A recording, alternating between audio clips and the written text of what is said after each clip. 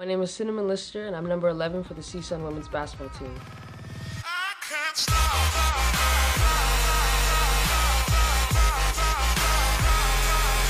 What separates Cinnamon from the rest is that she has an identical twin named Jasmine with the same passion for basketball. The two have a strong bond and were introduced to the sport in a unique way. When I was younger, I used to dance for the Sacramento Kings and the Sacramento Monarchs, so we were always around basketball. Once we were done dancing for them, we kind of got into like a church basketball league up in Sacramento. Once we started playing, we loved it. We started getting into travel ball and all of that, so we found a huge interest in it. Both outstanding athletes in high school, Cinnamon and Jasmine Lister pushed each other to a Division I college level. Growing up, her and I were always competing on the floor and off of the floor, whether it was like looks or it was on the court playing basketball, whether it was free throw shooting. So we were always competing with each other, and it made us better. For the first time in their lives, the Lister sisters were forced to be apart. Cinnamon originally played for Boise State before transferring to California State University Northridge. Over 2,000 miles away, Jasmine played for the Vanderbilt Commodores in Nashville, Tennessee. Scholarships to different basketball programs across the U.S. separated the twins farther than they have ever been before.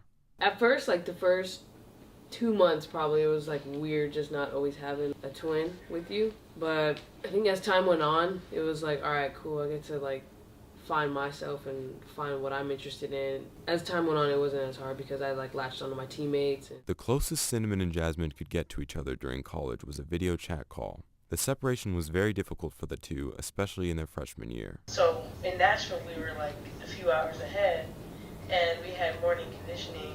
It was like 5 a.m. and like you and I had agreed to like Skype before I left for my workout. Oh, yeah. And it's like you and Janelle hadn't even gone to bed yet. No, I think it was like And a I Friday night. Yeah. Yeah. And like I was like so sad because I missed you. Yeah. I was like, I'm all the way out here and Cinnamon's at home with our friends. But then like the season picked up and you got busy and so like, it wasn't as bad.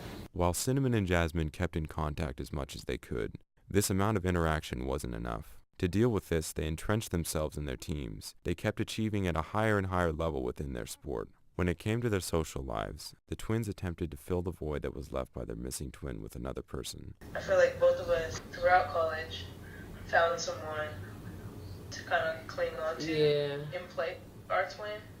And I don't know if it was necessarily like the best idea, but it just kind of naturally happened. Yeah, it was hard not to find that one person that's just like, that you can confide most of your stuff with. And right.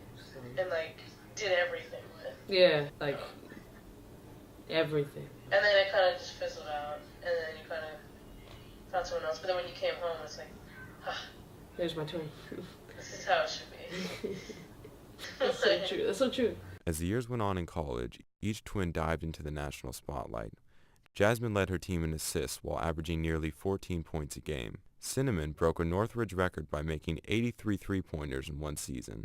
She also received Big West honors while helping Northridge go on to win its first Big West title for women's basketball. During the season, the twins paid close attention to each other's statistics throughout each game. I would always ask her what her stat line was, or I'd look it up myself. There were days where she had a game and I had like the day off or whatever. I'd just like keep track on my phone on her assists and steals and points and all that. So, and I'd be like, what happened when she didn't play well? But then when she played really well, I was hyped. Distance from each other pushed the Lister sisters to the highest level possible. Jasmine had an opportunity to play in the WNBA for the Seattle Storm and is now a grad assistant for the Yukon Huskies. Cinnamon is a senior leader for the Matadors. Her team is projected to have a great shot at winning another Big West championship, as well as a very deep run in the NCAA tournament. With Cinnamon entering her final year of college and Jasmine beginning her first year as a grad assistant, one could only ask, what's next for Cinnamon and Jasmine? Ideally, we'd like to coach together. If not coach together, but like coach in the same state. So that we can be close. I think it would be kind of cool. Coach rivals, huh? Were you gonna say that? Let me say it. Yeah, like at rival schools or like two big like BCS schools. Mm-hmm. And us eventually meet and play each other. That would be really cool. My team would win, but just. The distance that separated the Lister twins evolved them into successful individuals. The journey to accomplishing their unified goal has just begun.